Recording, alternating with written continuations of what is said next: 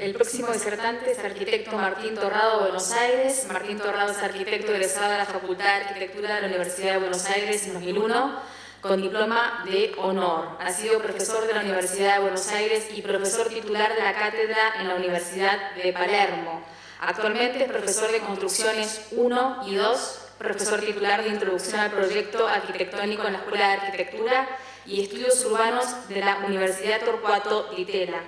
El estudio ha participado en numerosos concursos de arquitectura, entre los que se destacan los siguientes premios: Ampliación del Museo Nacional de Bellas Artes, primer premio; concurso Casa de Justicia de Comodoro Rivadavia, segundo premio; concurso Terminal de Ómnibus de Tucumán, primer premio; concurso Casa de Justicia de Santa Fe, segundo premio; concurso UTN Mendoza, segundo premio; y concurso Edificio Museo Apostadero Naval, primer premio, entre muchísimos otros más. Demos un aplauso al arquitecto Martín Torrado, de Buenos Aires.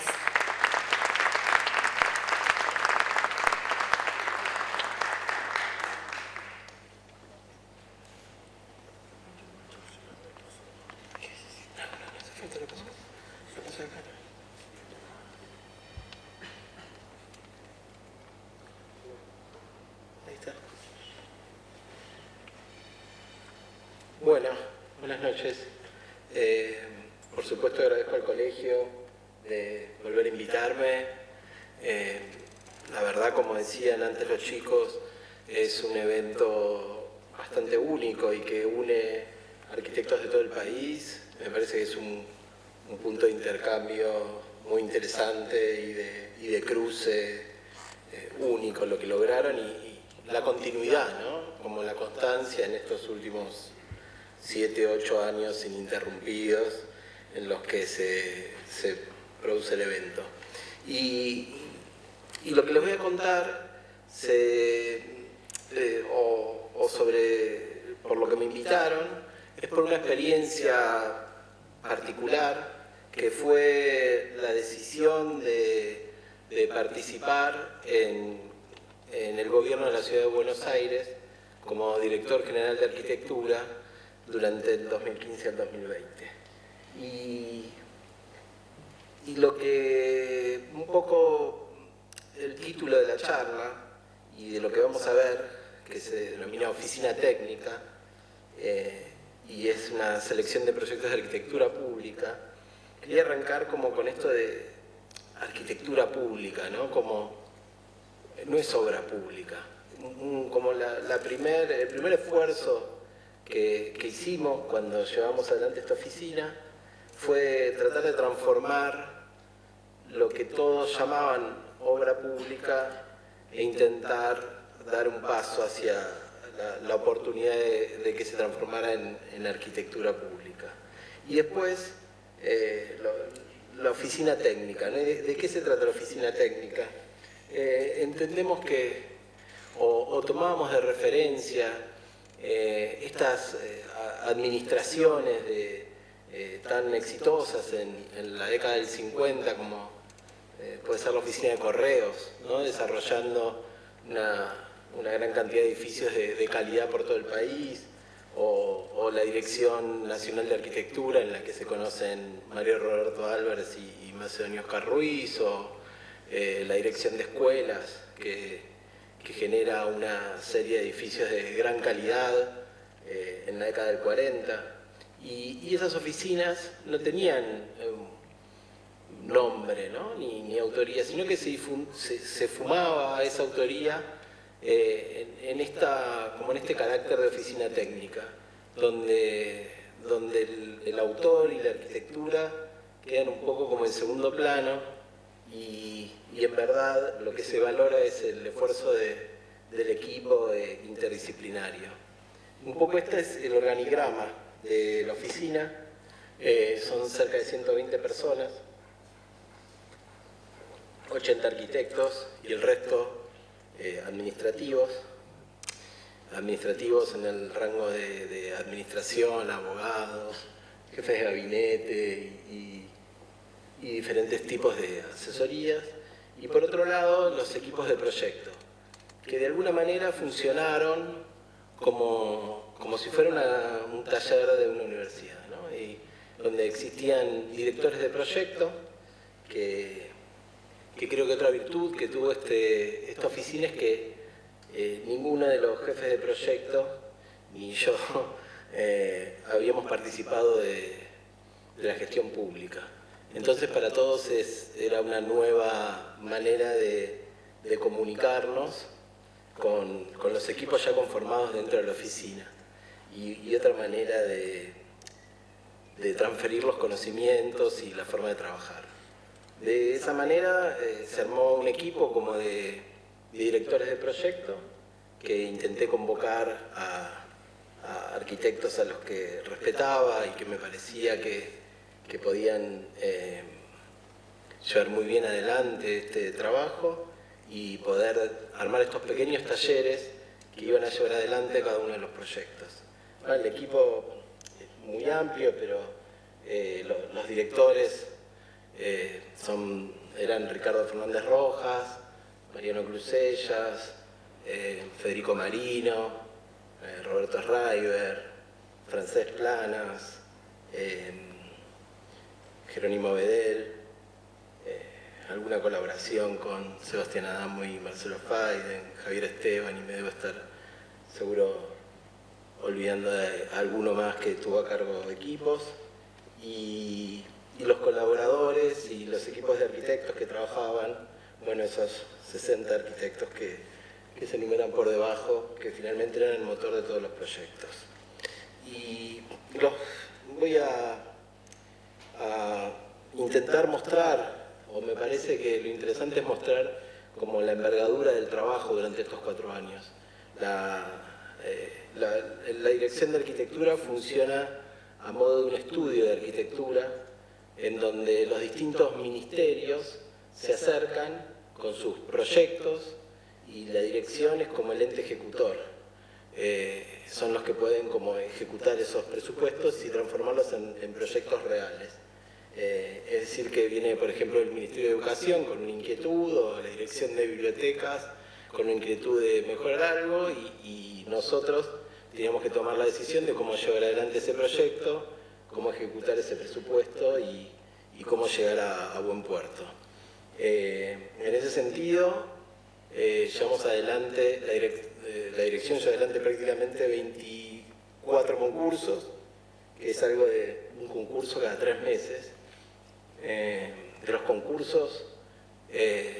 salieron adelante unas obras representativas de la gestión, como pueden ser el Ministerio de Educación o grandes parques como el Paseo del Bajo, el Parque de la Innovación, que son obras que se llevaron adelante, y otras obras que quedaron documentadas, como la Universidad de la Policía o algunos edificios de equipamiento, y otras obras que no se llevaron adelante y que hoy quedaron truncas. Y paralelo a eso, cuando estos proyectos no iban al camino del concurso por diferentes situaciones, por la escala, porque eran de una escala muy chica y que no valía la pena mover el motor del concurso, o porque en algunos casos, la mayoría, involucraban problemas de patrimonio complejos y de existencias,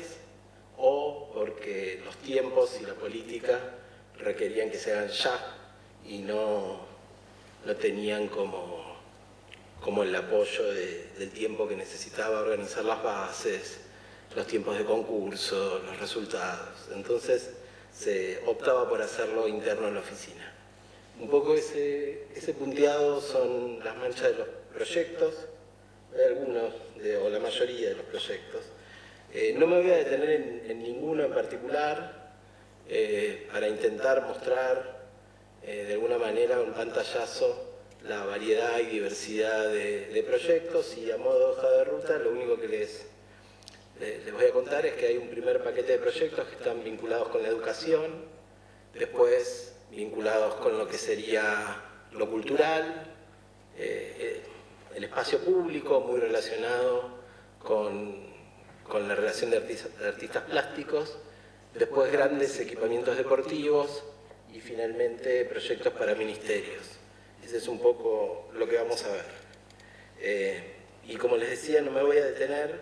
sino que voy a intentar hacer un recorrido por estas obras y un paseo por las imágenes, solamente haciendo una pequeña descripción de la finalidad de cada proyecto. Este es un pequeño centro de primera infancia, parecido a lo que contaban los chicos, hasta de niños de 0 a 3, en la zona sur de la ciudad, que un poco es el primer proyecto que tenemos, y ese sirve prácticamente de manifiesto, o va a sentar los modos de trabajar que vamos a llevar adelante, que tienen que ver con muy pocos detalles constructivos, sistematizados, con estructuras ligeras, con sistemas de montaje y edificios sencillos y austeros que prácticamente son silenciosos y lo que hacen es cumplir los programas necesarios, pero una vez que todos esos datos que parecen como muy precisos están como saldados, el proyecto incorpora como un valor agregado que es la oportunidad de transformar este pequeño centro de primera infancia en lo que sería un centro cultural y asistencial, porque el Zoom se transforma los fines de semana, se usa para fiestas de cumpleaños, el comedor también se transforma y se vuelve un lugar de talleres de cocina y de uso, y se vincula con el entorno de una manera muy particular y se relaciona perfectamente funcionando fuera de horario y los fines de semana, ¿no? Entonces se transforma lo que en principio era un pequeño edificio de aulas en un edificio cultural y de atracción. El edificio es sumamente austero y sencillo, introvertido, de planta baja, con una serie de patios que están dispuestos en forma estratégica y diagonal para vincularlos a través de un hall central que en forma diagonal puede relacionar estos patios que van apareciendo en el interior y llenan como de luz los diferentes ambientes. Hay un patio de piso antigolpes, que es la expansión directa de las aulas de los chicos y del Zoom, y otro patio que es una huerta, que está en relación al comedor. Y después del patio seco, que es el patio de entrada. También hay intervenciones de un artista de Lugar Abello sobre los murales de los salones, tanto del Zoom como del comedor, y el edificio intenta expresar su sistema constructivo en muy pocos detalles, en un detalle para los cerramientos de patios interiores, totalmente transparente, vidriado y sistematizado, y un detalle para el perímetro más opaco y cerrado, que lo vuelve, como decíamos, en esta situación de este edificio introvertido, pero que a la vez está lleno de vida y de luz y de movimiento. De la misma forma, hay una serie de edificios. Este es un laboratorio que nuestro aporte, si en el otro era incorporar estos programas fuera de horario para fines de semana, como el Zoom, el comedor, y transformar esa pequeña escuela en un centro cultural. Acá el laboratorio lo que hacía era incorporar un circuito de paseos para visitas escolares y una doble circulación en donde por un lado era el área técnica y el otro lado era un área de paseo y recreo. Entonces los chicos llegaban al hall, recorrían el edificio, salían a este parque temático y volvían a un auditorio en donde le daban finalmente una charla sobre el tema. El laboratorio se dedica específicamente para el estudio de suelos, del aire, la composición de los diferentes suelos de la ciudad y los sistemas de estudio de contaminación. No se llevó adelante, pero me interesa que puedan ver todos estos proyectos como una cosa consecuente y continua. Después desarrollamos para el Ministerio de Educación un plan de escuelas. que nos parecía lo adecuado, ¿no? Que este plan de escuelas se llamaba de la usina de instrucción a los entornos de aprendizaje. En lugar de proyectarles escuelas, lo que nos parecía a nosotros que había que devolverles era un plan, porque hicimos un trabajo bastante profundo y al que le dedicamos mucho tiempo, que fue estudiar cómo la ciudad había en el tiempo desarrollado diferentes planes, y sobre estos planes que tenían relación directa con los sistemas educativos de cada momento, eran sobre los que se basaba el desarrollo de las escuelas y la educación en la ciudad, y eran realmente el resultado del éxito, ¿no? Y veíamos que durante el transcurso del tiempo los diferentes planes y los diferentes gobiernos tomaban estas decisiones de que claramente las escuelas no eran un tema aislado, sino que estaban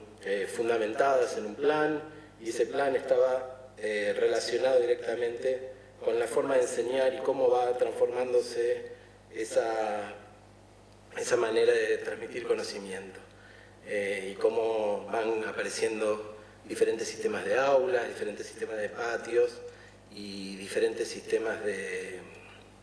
relación con el exterior de los edificios, hasta edificios experimentales y muy particulares, que finalmente llevan a lo que son los manuales de arquitectura educacional de la década del 60 y que terminan con una gran experiencia, que es el Plan para 60 Escuelas, que se termina en 1983, 84, que finalmente se hace en 80, y que eran unas escuelas de gran calidad y muy sistematizadas y muy bien desarrolladas, que incluían equipamiento y unos espacios públicos de gran calidad. Entonces nos parecía que teníamos que desde el 90 esos planes habían quedado de lado, y que lo que necesitábamos darle a nosotros no era un proyecto de escuela, sino un plan, y un plan que incluía una nueva manera de ver las escuelas, incluía una actualización en la relación de las escuelas con el cero y con la ciudad, una actualización de las escuelas con su uso y una actualización con su tecnología. Es decir, son unos edificios en altura, no es la escuela a patio, sino es un edificio flexible que puede adecuarse a nuevos sistemas de educación por interés, que es hacia donde hoy está yendo la educación, que se prepara para modificar el sistema educativo, sobre todo el primario, y que permite adecuarse a diferentes conformaciones en el tiempo, casi como si fuera un edificio de oficinas. A la vez libera el suelo, la relación con el suelo es la mínima posible, y como pasa en los otros proyectos, aprovecha los usos diferenciales horarios para otros programas, aprovecha la terraza, la planta baja y la flexibilidad de los pisos intermedios. Lo que se hizo fue un desarrollo de una documentación de obra modelo, en donde se hicieron diferentes posibles inserciones en posibles lotes, y cómo esos edificios se relacionaban con el entorno, cómo esos edificios proponían una relación con la calle, con el acceso, con la vereda, y cómo se relacionaban con el cielo y con la cubierta, recuperando la superficie, pero a la vez cómo también podían funcionar a contrahorario como un centro cultural y como un lugar de atracción social. Lo mismo pasaba con las aulas, con la relación que existe entre el espacio central, que es el espacio de interés común, y la relación directa de esa cubierta continua que vinculaba todos los lugares de trabajo y las diferentes actuaciones en cada uno de esos salones. Y después, siguiendo con la temática, son una serie de proyectos que están más vinculados con el tema de biblioteca. Esta es una pequeña biblioteca donde fue la casa de Carriego, un poeta muy reconocido, que solamente había quedado una pequeña nave existente. Es un proyecto muy chico, y nuestra actuación en este proyecto fue recuperar el salón central con un lucenario superior y una pequeña sala multiuso, que de nuevo no solo fuera una biblioteca, sino se transformara en un pequeño centro cultural y atractor ahí en la zona de Palermo. Me parece que todos estos proyectos intentan como correr un poco esa vara y no solo responder al programa pedido, sino transformarse en unos edificios abiertos a la comunidad y a la relación con los diferentes usos y no un programa fijo, y a la vez intentan resolver técnicamente todos sus problemas con mucha eficiencia. Más interesante y de una escala mayor es un gran pabellón ferroviario que estaba en desuso y que se incorpora a un parque público de tamaño en una zona que se necesitaba. Se consigue que Nación de estos terrenos y se recupera también con un uso mixto, centro cultural, biblioteca y área de deportes, y se hace una intervención muy grande sobre los perímetros, incorporando un parque público a esta zona que estaba degradada y con mucha falta de verde. El edificio se transforma en un edificio abierto, libre, de usos totalmente apropiarse en el tiempo, y recupera de una forma muy respetuosa la espacialidad original y pone detalle en cada una de las partes, sobre todo en la cubierta, donde se recuperaron todas las tejas originales, inglesas, de época, y para poder lograr esos faldones de teja recuperada que tenían tanta impronta sobre el lugar, se hacen esos dos grandes vacíos que se utilizan para recuperar las tejas de los lugares faltantes y sirven a la vez como de patios que generan accesos a los diferentes programas, ¿no? Estos patios al aire libre son unos jardines que hacen de fuelle entre el área deportiva, el área de biblioteca y el área de feria y de usos mixtos que aparece hacia la otra punta. Como comentaba, se recuperó el total de la estructura, de las cavidades existentes, y de cielos rasos, y se adecuaron totalmente los faldones de teja original, pero lo importante es como el parque público que se brindó y cómo abrió todas las medianeras existentes y cómo regeneró este lugar de la ciudad, transformando claramente sus bordes. Hoy está lleno de locales y muy activo el lugar, que en ese momento la verdad era un lugar muy de borde y muy hostil, ¿no? El edificio tiene también en la parte pública un auditorio que funciona con cultura y que genera una agenda muy interesante de espacios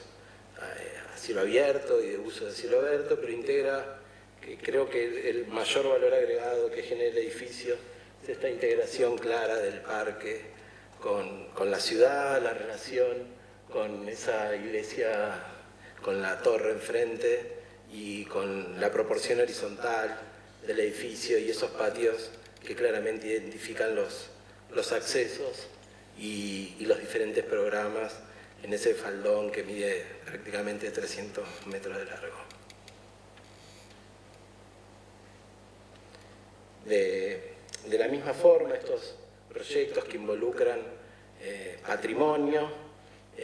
se trabajaban con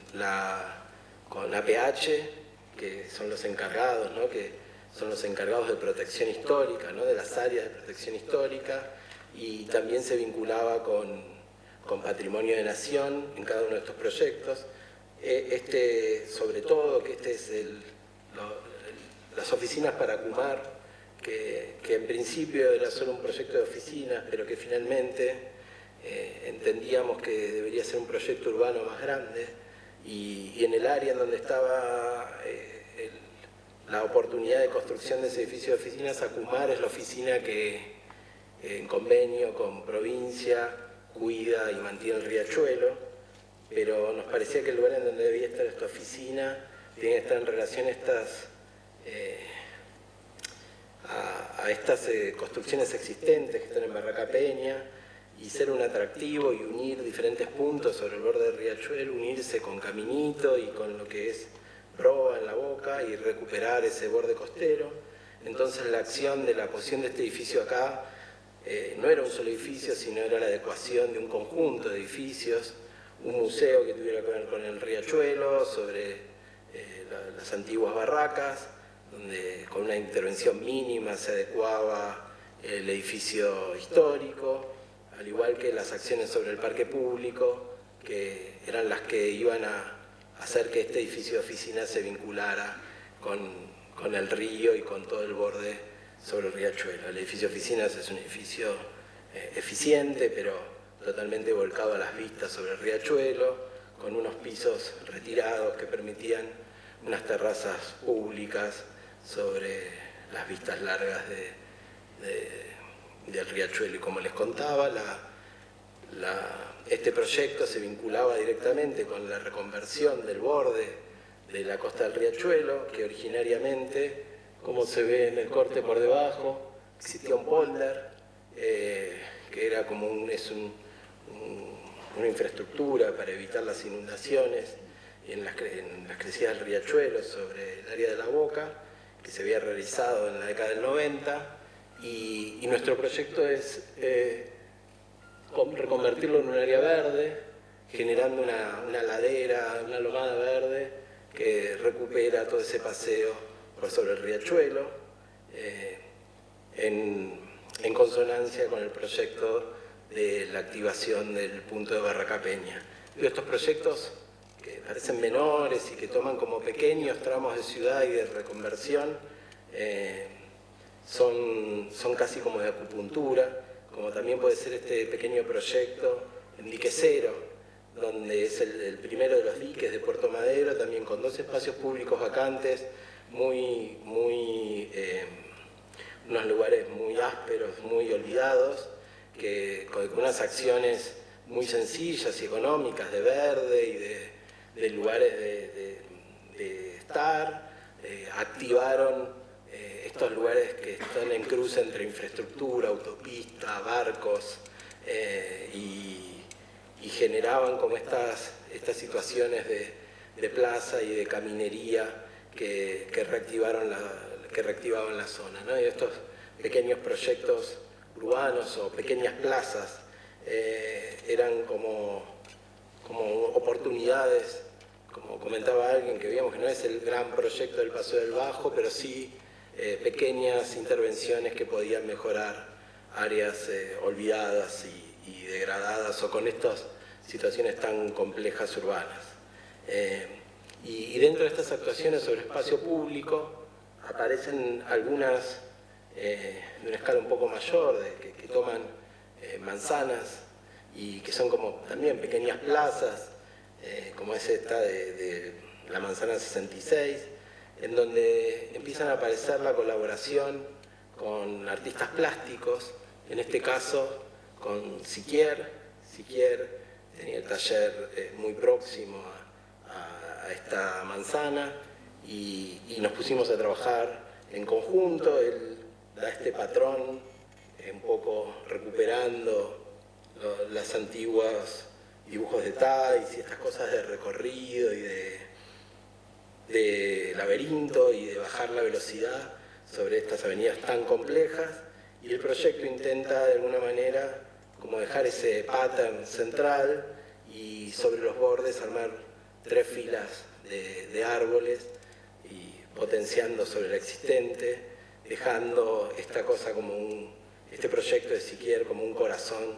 central y generando sobre las avenidas una triple fila de cubierta de árboles que nos parecía que generaba este pulmón sobre el diseño de Siquier. Y ahí está recién terminada, los árboles entendemos que van a crecer y armar todo un borde de sombra frondoso, y van a dejar este centro de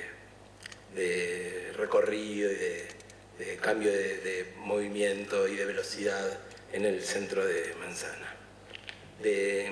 Estas intervenciones tan puntuales también están vinculadas con acciones de los vecinos, con programas de antropología y de charlas y de relaciones con diferentes tipos de organizaciones que van relacionándose con el gobierno. Esta es otra también plaza ganada por los vecinos, al igual que fue la de Manzana 66 o el Parque de la Estación, donde los vecinos hacen el reclamo por el espacio verde y el gobierno devuelve estas actuaciones. En esta, que es la Plaza Clemente, que recuerda a Clemente, que es este dibujo de historieta de la década del 70 y 80, la colaboración con el artista plástico Ballesteros, lo que genera es como un dibujo bastante más lúdico, como esta mancha de pintura sobre el piso, y arman esos buches de estar dentro de la mancha verde. Las colaboraciones con artistas te pueden llevar a caminos inesperados, ¿no? A veces son como unos artistas mucho más rigurosos, pero a veces, en este caso, elegíamos, ¿no? Hacíamos como una selección de cuál era el artista que estaba relacionado con el tema. Siquier, por la proximidad de su taller y por su obra de escala, ya había hecho intervenciones en Rosario y grandes murales, y era su escala sobre sus patterns, era como un tema que a él le interesaba muchísimo, y ahí andaba muy bien con nuestro proyecto, en este caso Ballesteros, más relacionado con el cómic y con lo lúdico. Nos parecía que iba muy bien con la plástica, nos parecía que iba muy bien con Clemente, y salió por un lado totalmente inesperado, con esa gran mancha rosa, ¿no? Como ese chicle suelto en el parque, que es una plaza con mucha vegetación, que hoy está muy crecida y frondosa, y tiene esa mancha central con esos lugares de estar en los finales de cada una de las puntas de la mancha. Y este paquete de grandes obras de infraestructura deportiva están vinculados con la realización de los Juegos Olímpicos de la Juventud, que yo me vi involucrado de ambas partes, primero en la presentación con nuestra oficina del master plan con el que se ganaron los Juegos, y luego del otro lado de la mesa trabajando para el gobierno, llevándolos adelante. El reto que había en este proyecto era el tiempo. Teníamos 10 meses para llevar adelante toda la infraestructura deportiva de los juegos en equipo, que se hacían sobre un parque existente, que era el Parque Roca, que era un proyecto del estudio Cocobrec, y aprovechábamos la infraestructura original del parque, en lo que eran sus desagües, iluminación y terreno y sus árboles existentes, y de alguna manera intentábamos colonizarlo con una serie de pabellones y una galería que une todos estos pabellones, que es como un otro edificio que va incorporando todos los programas necesarios que pedían los juegos. Los edificios son unos edificios sistematizados, muy sencillos, que se realizaron con 5 empresas constructoras al mismo tiempo, en el mismo predio, una obra muy compleja de llevar adelante y de llegar en tiempo y forma, y de terminar en el momento justo para los juegos, que fueron un éxito finalmente, y eso nos llevó a tipificar y a tener unos edificios muy metódicos, de repetición, con unos detalles muy bien estudiados, y que permitieran acomodar doble hall y triple hall, ¿no? Las diferentes actividades de las canchas, y que después claramente fueran un legado a las distintas entidades, ¿no? A los distintos comités de los distintos deportes, y pudiera quedar uno para básquet, otro para judo, otro que eran tan necesarios, es decir, tenía como un doble fin, el primer fin, que era asistir a los juegos y que existan estos edificios, y un segundo fin era que existan estas estructuras para el deporte y el desarrollo del deporte.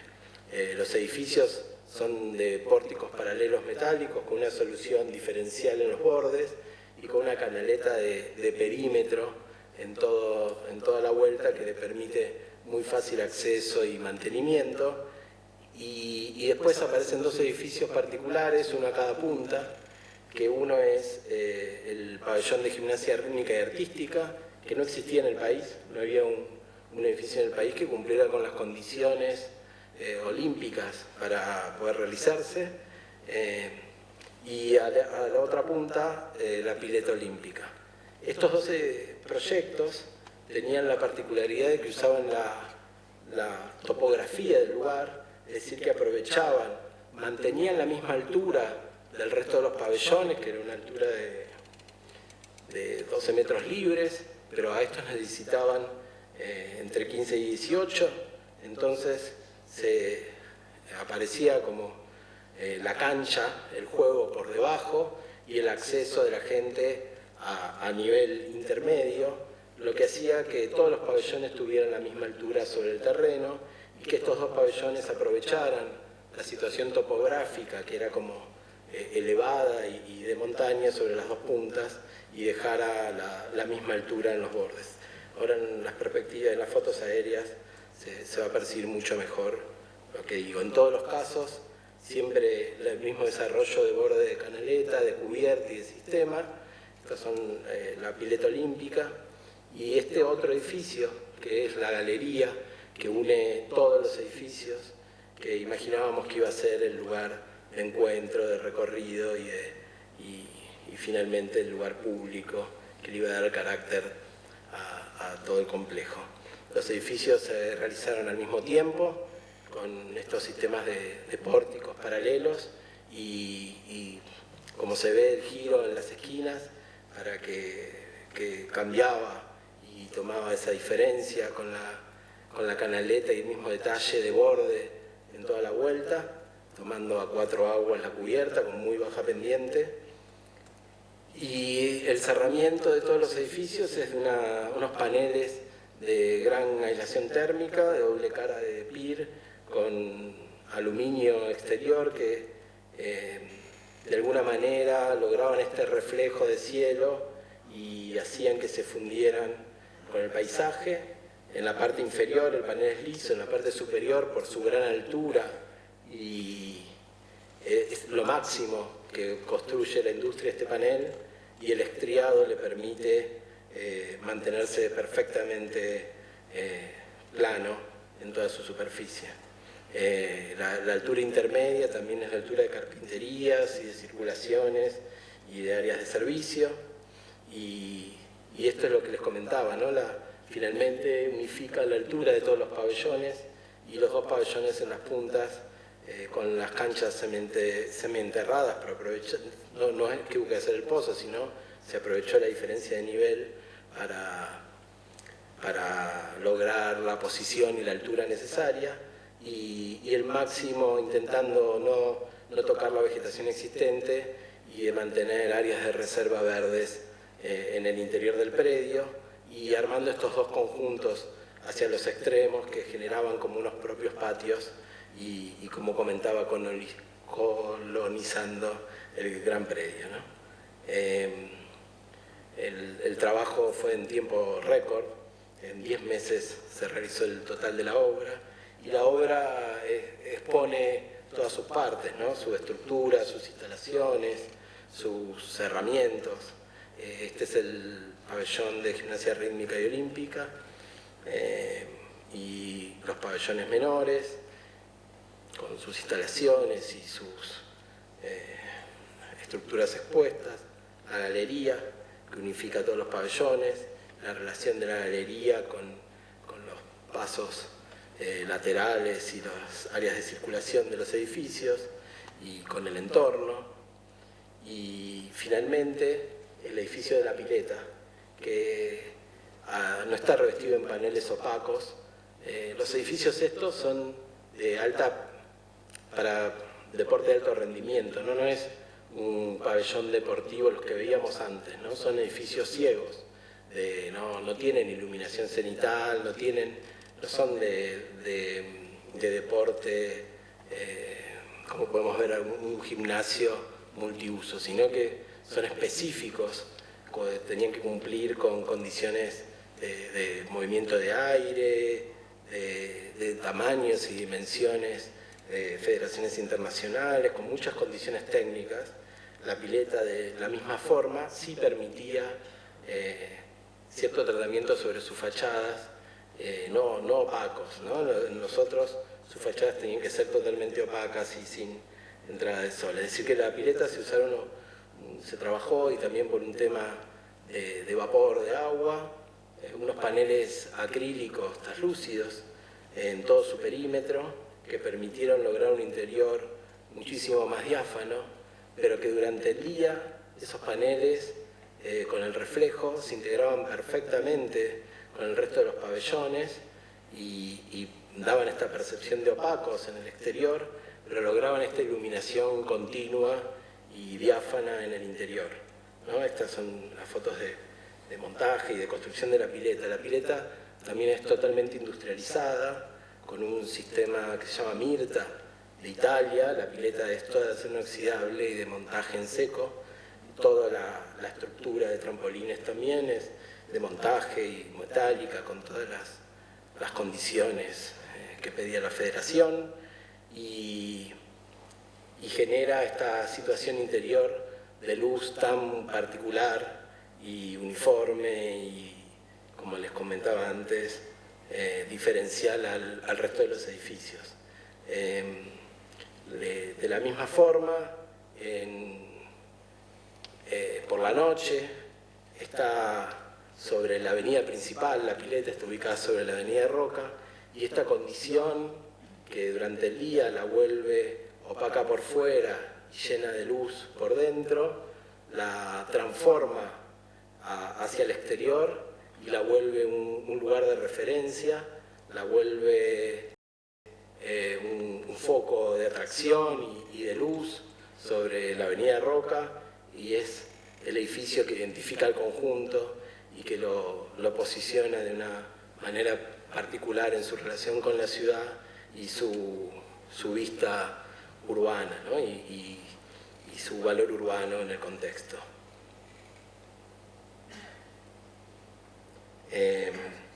De la misma forma, el edificio tiene una serie, el conjunto posterior a los Juegos Olímpicos, se desarrollaron, que hoy están en obra, una serie de edificios de equipamiento, de un hotel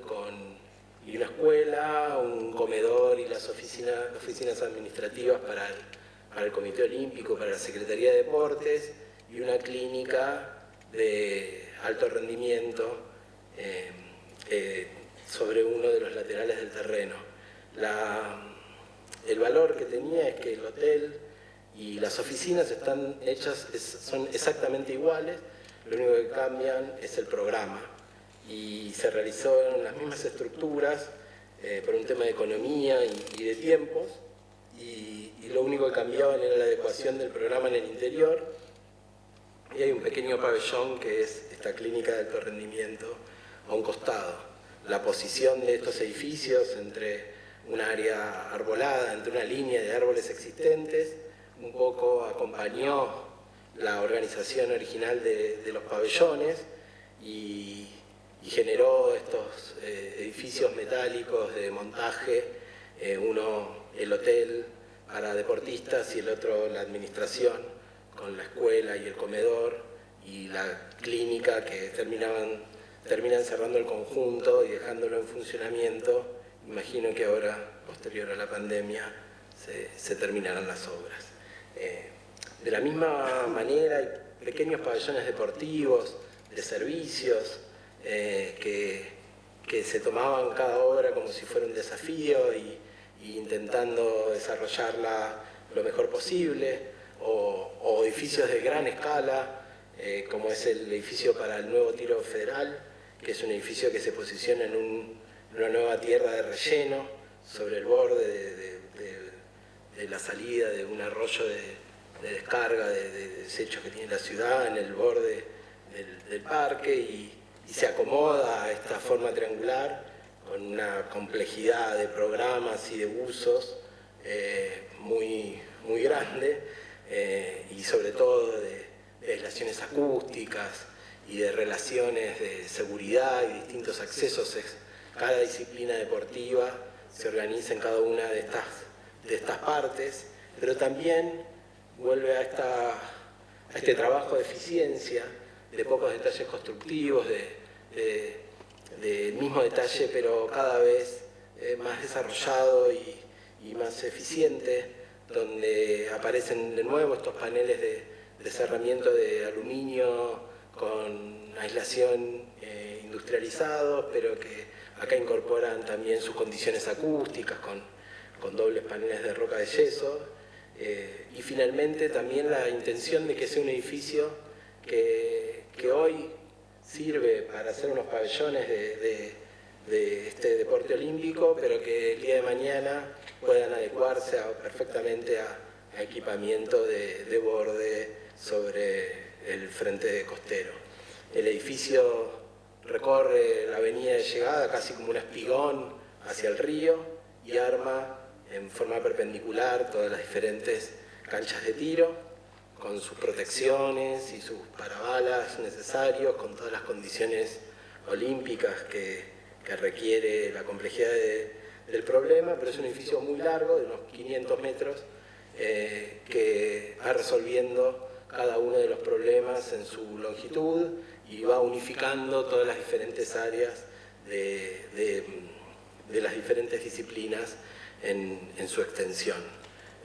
Parecería a primera vista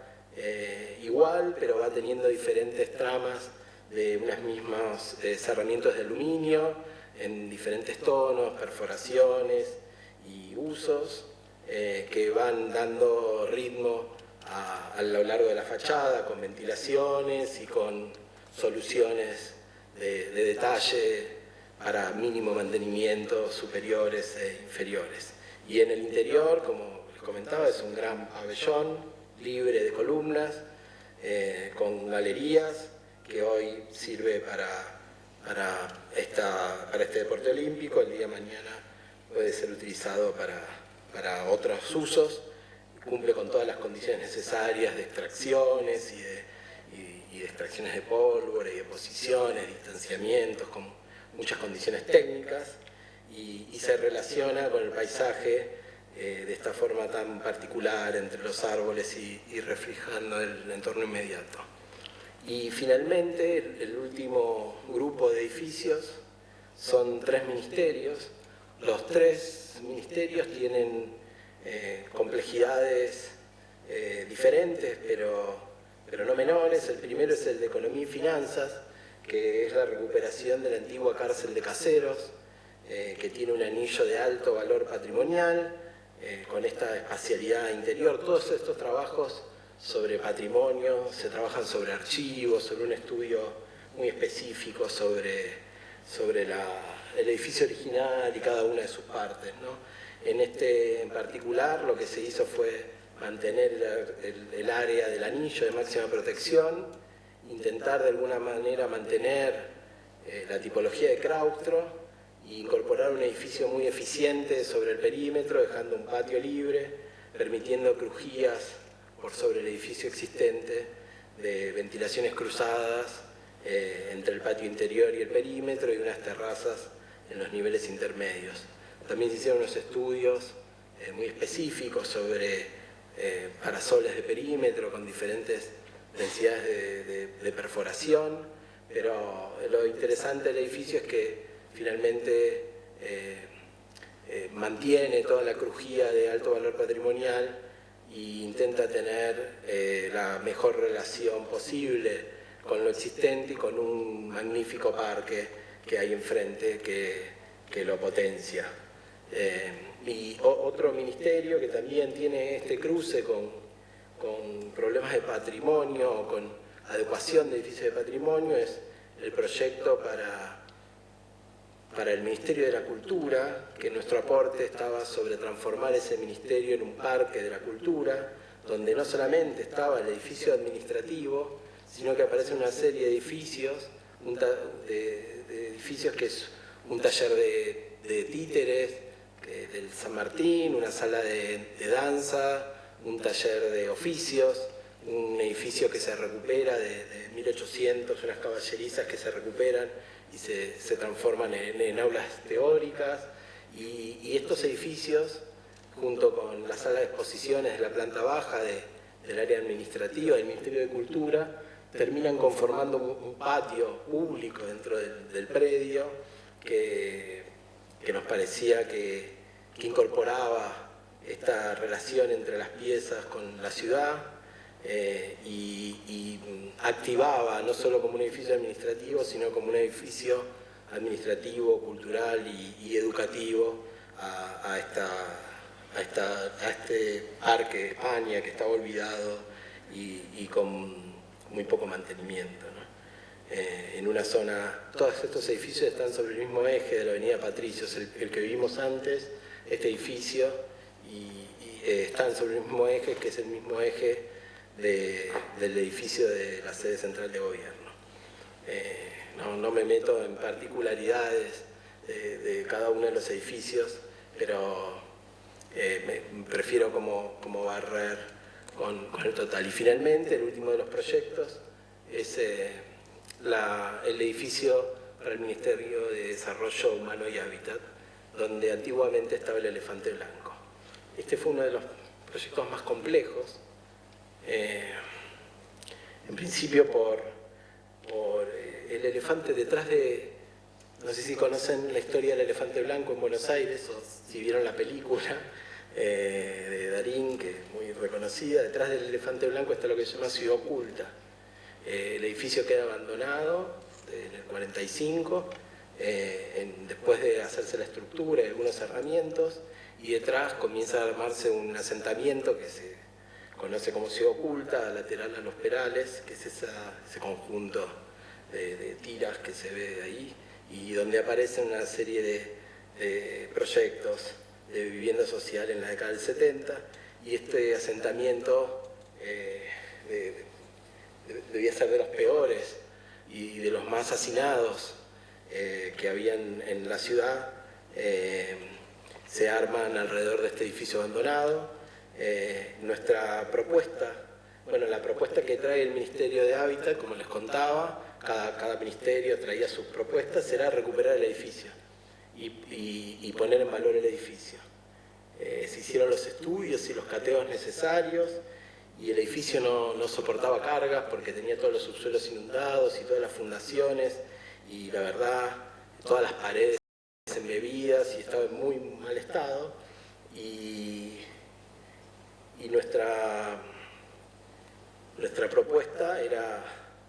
demolerlo y hacer un nuevo edificio eficiente. Pero eso, con la identidad que tenía el edificio y con la relación que había con el resto del conjunto urbano, hizo que hagamos un trabajo de antropología muy preciso, y que finalmente lo que se creía que era la identidad del barrio era todo lo contrario. Los vecinos de Ciudad Oculta no querían el edificio, sino que querían que se demuela, y el edificio representaba la droga, la suciedad, la sombra, y representaban que ellos se llamaban Ciudad Oculta, y con el apoyo de los vecinos presentamos al jefe de gobierno la oportunidad de la demolición del edificio y transformar eso en un vacío y en un parque público, y hacer un nuevo edificio eficiente sobre la avenida, con la escala del entorno. Y este proyecto no solo incorporaba la construcción del nuevo ministerio, sino la adecuación de toda el área inmediata de Ciudad Oculta. El edificio es un edificio de oficinas, bajo, con aleros hacia el norte y con mínimo uso de aire acondicionado, porque hay un estudio muy preciso sobre la profundidad de los aleros y las áreas de de uso de expansión en cada uno de los pisos y recupera de alguna manera como la pisada original de los parterres con la planta del edificio original en un gran parque público central y en la adecuación de todas las calles de perímetro, recuperando totalmente la zona y poniendo en valor